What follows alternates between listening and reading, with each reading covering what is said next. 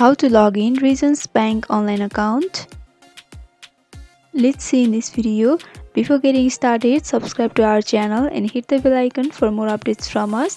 Now let's get into the video. First of all, you need to open up your preferred browser in your PC. Here I am with Google Chrome. After that, in the search bar, you have to click and search for reasons.com. Right after entering, you'll be taken to the official web page of Reasons Bank. So in the right hand side, you can see there is a text field for entering your username and login.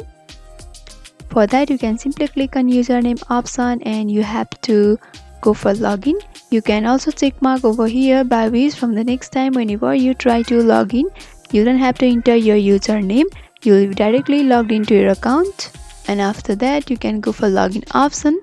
If you forgot your username and password, you can also ask for help where you will be able to reset your password and you can easily log into your account.